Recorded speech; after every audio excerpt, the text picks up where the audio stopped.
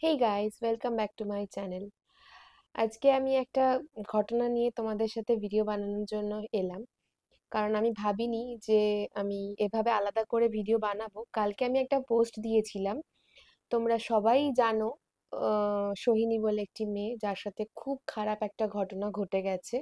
তো আমি কালকে আমার সোশ্যাল মিডিয়ায় একটা পোস্ট দিয়েছিলাম, কিন্তু আমার পোস্টের মাধ্যমে যেন কারোর কাছে কোনো ভুল ইনফরমেশন না পৌঁছে যায়, বা আমি কাউকে কোনো ব্লেম করা বা কিছু করার চেষ্টা করিনি। তো সেই জন্য আমি ভাবলাম তোমাদের সাথে পুরো জিনিসটা একটু ক্লিয়ারলি শেয়ার করি। কারণ কালকে অবধি সত্যি কথা আমিও জানতাম না যে কি ঘটেছে না ঘটেছে। শুধু বিভিন্ন জায়গায় বিভিন্ন রকম ভিডিও দেখেছি, ওর ফ্যামিলির লোকেদের ভিডিও দেখেছি, কারণ আমি ওকে রেগুলারলি ফলো করি। ওর পেজে ওর ফ্যামিলির লোকের ভিডিও দেখেছি, কমেন্ট দেখেছি, এবং সেটা দেখে আমার সত্যিকারেই খারাপ লেগেছিল। কিন্তু কি ঘটেছে না ঘটেছে সেটা ক্লিয়ারলি যেহেতু আমি জানতাম না, তাই আমি সেরকম ভাবে কিছু লিখিও নি। আমি যেখানে যেটা লিখেছি সেটাতে আমি কাউকেই কোনো রকম দোষ দেওয়ার চেষ্টা করিনি। বাট হ্যাঁ, অবশ্যই আমি একটা কথা লিখেছিলাম যে একজন ভালো ডাক্তার কি করতে পারে চাইলে, এবং চাইলে মানে খারাপও করতে পারে, চাইলে ভালোও করতে পারে। কিন্তু একজন ভালো ডাক্তারের কথা শোনার জন্য কিন্তু অবশ্যই একটা ভালো পেশেন্টও হতে হবে তোমাকে। এটাও কিন্তু মাথায় রাখতে হবে। তো আমি আজকে যখন দেখলাম ওর যে ডাক্তার ছিল তিনি নিজে একটা ভিডিও শেয়ার করেছেন। তোমরা যদি দেখে থাকো সেটা, বা আমি লিংক পেলে তোমাদেরকে সেটা শেয়ার করে দেবো। আমার কাছে মানে সেই ভিডিওটার লিংকটা আছে, কিন্তু আমি আমার ভিডিওর নিচে তোমাদেরকে কমেন্ট বক্সে লিংকটা শেয়ার করে দেবো, তোমরা সেটাও দেখে নিও ডাক্তারটা কি বলেছেন। এবং এই ঘটনাটা শোনার পর আমি ভিডিওটা এই জন্যই বানাচ্ছি, কারণ আমি নিজে এই ধরনের একটা ঘটনা মুখোমুখি জীবনে হয়েছি। এবং আজকে সত্যি কথাই আমার মনে হচ্ছে যে পেশেন্ট ভালো না হলে কিন্তু ডাক্তার তুমি যত ভালোই চুজ করো না কেন, কিছু করার নেই। উনি যে কথাটা আজকে বলেছিলেন, যে ওর হাই প্রেশার ছিল বা ওর সিচুয়েশন কি কি ছিল সব উনি ডেসক্রাইব করেছেন। তোমরা ভিডিওর লিংকটা দেখে শুনে নিও। আমি একটু ফ্ল্যাশব্যাকে গিয়ে আমি আমার জীবনেরও কিছু ঘটনা তোমাদের সাথে এখানে শেয়ার করি। আগেও শেয়ার করেছি, আরো একবার শেয়ার করি। কেন আমি বলছি, কারণ আমি একজন ফটোগ্রাফার। অনেক লোকেরা লিখেছে না যে ফটোর নজরের জন্য এই হয়েছে তাই হয়েছে। ফটোর নজরের জন্য হয়েছে কি হয়নি সেটা পরের কথা। আমি ফটোগ্রাফার হিসেবেও কেন কথাটা বলছি সেটাও তোমাদেরকে বলবো এই ভিডিওতে। আর আমি এই পেশেন্ট হিসাবেও একজন তোমাদেরকে এই কথাটা বলছি, কারণ আমার সাথেও কাইন্ড অফ সেম ঘটনা ঘটেছে। কিন্তু স্টিল আজকে আমি একজনের মা, এবং সেই প্রেগনেন্সি জার্নিটাকে আমি পার করে আসতে পেরেছি ভগবানের কৃপায়। কিন্তু তার আগে আমি কিন্তু বলবো আমি নিজে একজন ভালো পেশেন্টও। কারণ আমার প্রমিসিং ক্যারিয়ার, আমি ক্যারিয়ারের সব থেকে টপে ছিলাম এবং যখন আমি প্রেগনেন্ট হই। তো আমার কাছেও কিন্তু এটা মানে সারপ্রাইজিং ছিল, খুব হ্যাপেনিং ছিল, কিন্তু সাথে সাথে আমার কেরিয়ার নিয়েও আমি খুব চিন্তিত ছিলাম যে আমি কি করব না করব। তো আমি প্রথম প্রথম প্রেগনেন্সিতে, তো প্রথম কয়েক মাসে তো ডাক্তার সেরকম খুব একটা রেস্ট্রিকশন দেয় না যদি না তোমার প্রেগনেন্সিটা খুব হাই রিস্ক হয়। তো আমারও কোনো রেস্ট্রিকশন ছিল না। 3 মাস প্রেগনেন্সি চলাকালীন আমি একটা আমার অ্যাসাইনমেন্টে গেছিলাম, এবং অল অফ আ সাডেন কোনো প্রবলেম ছিল না। সকাল থেকে দুপুর অবধি যতক্ষণ আমি কাজে ছিলাম আমার কোনো প্রবলেম ছিল না। অল অফ আ সাডেন আমি ওখানে ব্ল্যাক আউট হয়ে পড়ে যাই। এবং পড়ে যাওয়ার পরে আমি নিয়ারেস্ট সব থেকে ভালো যে হসপিটাল ছিল সেখানে আমার হাজবেন্ড আমাকে নিয়ে যায়। আমার ভুল হয়েছিল যে আমি আমার নিজের ডক্টরের কাছে না গিয়ে আমি নিয়ারেস্ট হসপিটালে চলে যাই। এবং সেখানে একটি ডক্টর এমন ছিল যিনি আমায় প্রেগনেন্সিতে ফল পেশেন্ট জানার পরেও ইউএসজি না করে 1 ঘন্টা জাস্ট অবজারভেশনে রেখে ছেড়ে দেন। এবং আমাকে কিছু বলেনও না যে কি হয়েছে না হয়েছে, আমার হ্যামারেজ হয়েছে কি কি হয়েছে আমি কিছুই জানতাম না। সেজন্য আমি নর্মাল লাইফ বাড়িতে এসে লিড করছিলাম। যদি উনি আমাকে সেদিন বলে দিতেন যে আমার কোনো প্রবলেম হয়েছে তাহলে আমি অবশ্যই সেটা ফলো করতাম, বাট উনি সেদিন আমায় সেটা বলেননি।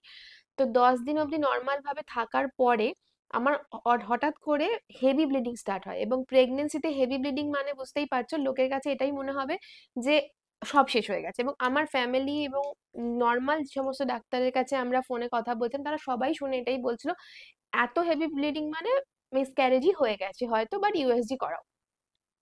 তখন আমার বর একদম টাইম ওয়েস্ট না করে, আমি যে ডাক্তারকে দেখাতাম রেগুলার, আমার বাড়ি উত্তরপাড়ায়, ইন্ডিয়াতে উত্তরপাড়ায় আমার বাড়ি, এবং সেখান থেকে মেডিকা সুপার স্পেশালিটি হসপিটালের একজন ডক্টরের কাছে আমি দেখাতে যেতাম যার নাম বিকাশ ব্যানার্জি।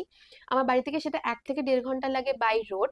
আমার বর দেরি না করে আমাকে অ্যাম্বুলেন্স করে সেখানে নিয়ে যায়, এবং সেখানে বিকাশ বাবুর এক্সপিরিয়েন্স বলো, এক্সপার্টাইজ বলো, ওনার আন্ডারে থেকে আমি আমার সমস্ত ট্রিটমেন্ট আবার শুরু করি। আমি ওনার কাছেই দেখাচ্ছিলাম, কিন্তু এই মাঝের 10টা দিন আমি ওনার কাছে যাইনি, কারণ আমি পড়ে যাওয়ার পরে একটু বাড়িতেই রেস্টে ছিলাম। তো ওনার কাছে যাওয়া মাত্র উনি বলেন, উনি একমাত্র ডাক্তার যিনি এটা বলেন যে প্রেগনেন্সিতে এত ব্লিডিং মানেই যে তোমার মিসক্যারেজ হয়ে গেছে তা না, তুমি ইমিডিয়েটলি ইউএসজি করাও। তো আমি ইমিডিয়েটলি ইউএসজি করাই, এবং যখন ডাক্তার বলেছে ভর্তি হয়ে যাও, আমি ভর্তি হয়ে গেছি। 7 দিন আমাকে অবজারভেশনে রাখার পরেও উনি এটা বলেন, তোমার এই প্রেগনেন্সি জার্নি আমি তোমায় পার করে দিতে পারবো যদি তুমি আমার কথা অক্ষরে অক্ষরে পালন করো। তো সেদিন আমি আমার প্রমিসিং কেরিয়ার, ফটোগ্রাফি কেরিয়ার সবকিছু ছেড়ে দিয়ে এটা চুজ করেছিলাম যে আমি একজন মা হব, এবং সেটা আমার কাছে টপ মোস্ট প্রায়োরিটি। কারণ একজন সন্তানকে পৃথিবীতে আনাটা এত সোজা কাজ নয়। আমার মনে হতো যে সবাই হাসছে খেলছে ঘুরছে বেড়াচ্ছে, আমি কেন পারবো না? হতেই পারে, অনেক লোক নেচে গেয়ে বাচ্চা করে ফেলতে পারে, আবার অনেককে বেড রেস্টে থেকেও বাচ্চা করতে হতে পারে। তোমার সিচুয়েশন কি, তোমার কন্ডিশন কি, সেটা বোঝাটা খুব দরকার। সবাই যেটা করছে সেটাই তোমাকে করতে হবে, এটা কিন্তু কোনো কোথাও লেখা নেই। তোমার ডাক্তার তোমাকে যেটা বলেছে সেটা শোনাটা কিন্তু সব থেকে টপ মোস্ট প্রায়োরিটি। এবং আমি এতটাই খোলাখুলিভাবে ভিডিওটাতে বলছি তার কারণ আমি যার ব্যাপারে বলছি তার আমি বলতে পারো খুব বড় একজন ফলোয়ার, যাকে আমি প্রত্যেকদিন ফলো করেছি, দেখেছি। সে নিজে কোনো একদিন ভিডিওতে এটাও বলেছে যে আমি প্রচন্ড হাঁপিয়ে গেছি, তোমরা প্লিজ আমাকে আর কোনো জিনিস পাঠিও না, আমি আর পারছি না কোলাবোরেট করতে। আবার পর মুহূর্তে আমি সেই মেয়েটিকেই দেখেছি যোগা ডেতে যোগা করতে, যেটা তার কোনো দরকার নেই। যোগা ডেতে সব প্রেগনেন্ট মহিলাকেই যে যোগা করতে হবে তার কোনো মানে নেই, কিন্তু তুমি অন্য সময় করো, ঠিক আছে। তোমার ডাক্তার যদি তোমায় বলে তোমার হাই প্রেশার রয়েছে, বা তোমার একটু রেস্টে থাকা দরকার, বা তোমার বডি যদি তোমাকে ইন্ডিকেট করছে যে তুমি পারছো না, তাহলে তুমি থেমে যাও। তোমাকে এটা করলেই রিচ বাড়বে বলেই তোমাকে করতে হবে তা নয়। আমি যা ঘটে গেছে সেটার আর কিছু করা যাবে না, কিন্তু যদি ডাক্তারের কথাটা হয়তো অক্ষরে অক্ষরে পালন করা হতো, তাহলে হতে পারতো 1% চান্স থাকতো এই ঘটনাটা না ঘটার। সেজন্যই আমি এটা বললাম। কারণ আরো অনেক মায়েরা আছে যারা এটা মনে করে যে মেয়েদেরকে সবাই সবকিছুতে আটকাচ্ছে বা কিছু, কিন্তু বিশ্বাস করো সবসময় মেয়েদেরকে যে সবাই আটকাচ্ছে তা নয়। কখনো কখনো মেয়েদেরকে নিজেদেরকেও আটকাতে হয়, তার কারণ একজন মানুষকে ক্রিয়েট করে পৃথিবীতে আনার কাজটাও কিন্তু অনেক বড় কাজ। সেটাকে সবাই কেন ছোট করে দেখো আমি জানি না। অনেকে আমাকে বলে, তোমার এত ভালো প্রমিসিং কেরিয়ার ছিল, তুমি ছেড়ে দিয়ে কেন ঘরে বসে আছো, কেন বেশি কাজ করছো না? কারণ আমি চুজ করেছি এই যে লাইফটাকে। আমার মনে হয়েছে যে এই কাজটাও অনেক বড় একটা কাজ। হতেই পারে আমার ফটোগ্রাফার হিসেবে আর লোকে চিনবে না, ভুলে যাবে, কিন্তু আমাকে মা হিসেবে অ্যাটলিস্ট লোকে চিনুক, এবং আমি মা হয়ে খুশি। আর আমি সেদিন যখন ডাক্তার আমায় বলেছিল যে তোমাকে একদম টোটাল বেড রেস্টে থাকতে হবে, আমার টয়লেট যাওয়াটা অবধি বন্ধ ছিল 3 মাস। প্রথম মানে 3rd মান্থ আমি পড়ে যাই, সেখান থেকে 6 মান্থ অবধি আমার টয়লেট যাওয়াটা অবধি বারণ ছিল, এবং আমার হাজবেন্ড তার জব সামলে সবকিছু করে আমায় দিনরাত এক করে কেয়ার করেছে এই বাচ্চাটাকে পৃথিবীতে আনার জন্য। সেই দিনগুলো তো আমি ভুলে যেতে পারি না। এটাও অনেক বড় একটা কাজ, একজন বড় ইনফ্লুয়েন্সার হওয়া বা বড় ফটোগ্রাফার হওয়ার থেকেও অনেক বড় একটা কাজ, যে একজন সুস্থ সন্তানকে সুস্থভাবে পৃথিবীতে আনা। আমি সেই দায়িত্বটা পালন করার জন্য সব ছেড়ে দিয়েছিলাম, সব কিছু করিনি। আমি নিজে ফটোগ্রাফার, আমার কি মনে হয়নি যে আমি দারুণ করে একটা শুট করব আমার? কিন্তু তোমরা যদি আমার ফটো দেখে থাকো, আমি ফটোগ্রাফার হয়ে কেন তোমাদেরকে এই কথাটা বলছি? অনেকে বলেছে ফটো শুট করাটা কখনো মিসক্যারেজ বা এগুলোর কারণ নয়। হ্যাঁ, নজরটা হয়তো কোনো কারণ নাও হতে পারে, বাট কিছু কিছু পজিশনে ফটোশুট করাটাও কারণ। যে মায়ের প্লাসেন্টার পেছনে হ্যামারেজ হচ্ছে, যে মায়ের হাই প্রেশার, যে মায়ের রেস্টের বেশি দরকার, যে মায়ের বেড রেস্ট বা বেশি রেস্টের দরকার, সেই মা স্লিপিং পজিশনে শুয়ে বসে ফটোশুট করলে তার জন্য ক্ষতিকারক হতে পারে। আমি ফটোগ্রাফার হয়ে বলছি। আমি নিজে একটাও আমার মেটারনিটি ফটোশুট যা আমি করেছি, দেখবে ম্যাক্সিমাম ঘরের মধ্যে, ঘরের বাইরেও খুব একটা যাইনি। একটা দিনই আমি বাইরে গেছিলাম, তাও ডাক্তারের পারমিশন নিয়ে। No sleeping position, no up and down position, only standing পজিশনে আমি ফটোশুট করেছি। অনলি স্ট্যান্ডিং, গাড়ি করে গেছি বাড়ির থেকে খুব কাছে, নেমেছি, জাস্ট স্ট্যান্ডিং পজিশনে যা পোজ হয় তাই। আমি ফটোগ্রাফার হয়ে আমি চাইলেই বিশাল স্টুডিও বুক করে বিশাল মেকআপ করে সুন্দর করে মানে লাজবাব ফটোশুট করতে পারতাম, যেটা আমার কাছে লাইফ লং থাকতো। বাট লাইফ লং যদি আমি বাচ্চাটাকেই না রাখতে পারতাম, তাহলে আর কি করতাম এই ফটোসগুলোর? সেই জন্য আমি যতটুকু করা আমার জন্য সেফ অ্যান্ড সিকিওর আমি সেইটুকুই করেছি, তার বাইরে নয়। আমার বডি যেখানে বলেছে যে আমি আর পারছি না, আমি সঙ্গে সঙ্গে শুয়ে পড়েছি বা রেস্ট নিয়ে নিয়েছি। কখনোই জোর করে আমাকে দেখাতে হবে বলে আমি কিচ্ছু করিনি। তো এই জিনিসটা আমার মনে হয় কোথাও গেলেও ভুল হয়েছে, কারণ আমি এখানে কয়েকটা ফটো তোমাদেরকে দেখিয়েও দিতে পারি, যেখানে আমি দেখেছি তার স্লিপিং পজিশনে ফটো, এবং আমার মনে হয়েছিল হয়তো ও ঠিকঠাক আছে। যেখানে ডাক্তারবাবু বললেন যে ওনার হাই প্রেশার ছিল, আগে থেকে ওনাকে বলা হয়েছিল একটু বেশি রেস্টে থাকতে, সেখানে ও করেছিল কিন্তু বিভিন্ন লোকেশনে গিয়ে স্বাদ খেতে যাওয়া, বিভিন্ন লোকেশনে গিয়ে ফটোশুট করা, বিভিন্ন লোকেশনে গিয়ে বিভিন্ন রকম পোজে ফটোশুট করা, ইয়োগা ডে সেলিব্রেশনের জন্য ইয়োগা করা, আপ অ্যান্ড ডাউন করে নানান রকম ভাবে ফটোশুট ঘরেও করা, এবং এই যে ডেইলি ব্লগগুলো শুট করার জন্য যে বডি মুভমেন্টটা, ক্যামেরা অ্যাঙ্গেল ফিক্স করা একা একা, সেগুলোর জন্য যে বডি মুভমেন্ট হয় সেটাও কিন্তু এই সময় অনেক ক্ষতিকারক।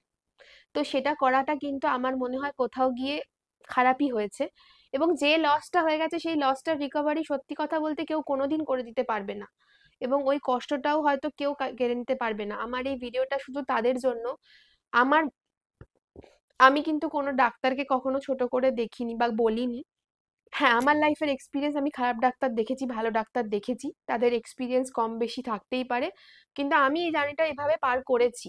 একজন ডাক্তার যে আমাকে ইউএসজি ছাড়া বাড়ি পাঠিয়ে দিয়েছিল, আর একজন ডাক্তার যে ব্লিডিং হওয়ার পরেও আমায় বলেছিল যে না, তোমার বেবি সেফ থাকতে পারে, তুমি ইউএসজি করাও, আগেই ভেঙে পড়ো না। তো সেই জন্য আমি বলছি যে যখন ডাক্তার যা বলবে, প্রেগনেন্সিতে মা হওয়াটাও কিন্তু একটা বড় জব হিসেবে দেখো, এবং ডাক্তার যদি বলে তোমায় রেস্ট নিতে, তাহলে সেটাকে ছোট করে দেখো না যে আমি রেস্ট নিচ্ছি মানে বাকি জুনিয়র লোকেরা আমায় ছোট করে দেখবে, অন্য মায়েরা লাফাচ্ছে ঝাঁপাচ্ছে, একদম এন্ড অব্দি তারা নাচ গান করে বাচ্চা করে ফেলছে, আমি কেন পারবো না। এটা কোনো কম্পিটিশন নয়, তোমার ডাক্তার তোমায় রেস্ট বলেছে, তুমি রেস্টই করো, এবং ডাক্তারের কথাটা অক্ষরে অক্ষরে পালন করো প্লিজ, কারণ যার যায় তারই যায়, সেই জানে যে যন্ত্রণাটা কতটা হয়। তাই নিজের এই প্রেগনেন্সি জার্নিটাকে ছোট করে দেখো না, আর ডাক্তারের কথা প্লিজ প্লিজ প্লিজ মন দিয়ে শুনো এবং অক্ষরে অক্ষরে পালন করো, যাতে পৃথিবীতে আর কোনো মাকে এই যন্ত্রণার মধ্যে দিয়ে কোনোদিন যেতে না হয়, আমার এইটুকুই প্রার্থনা। আর কিছু বলার নেই, আমি জাস্ট ভিডিওটা তোমাদের সাথে শেয়ার করলাম যাতে আমি কেউ কোনো ভুল ধারণার মধ্যে না থাকে। আর সোশ্যাল মিডিয়ায় এটা নিয়ে প্রচুর কিছু চলছে, আমি সেই সমস্ত ভাগিদার হতে চাই না, আমি চাই না প্রচুর রিচ হোক, আমি শুধু চাই সঠিক বার্তাটুকু যেন আমি লোকের কাছে দিতে পারি, এবং যেন সব মায়েরা ভালোভাবে সুস্থভাবে তার সন্তানকে নিয়ে সুন্দর একটা জীবন যাপন করতে পারে। Thanks for watching, bye bye.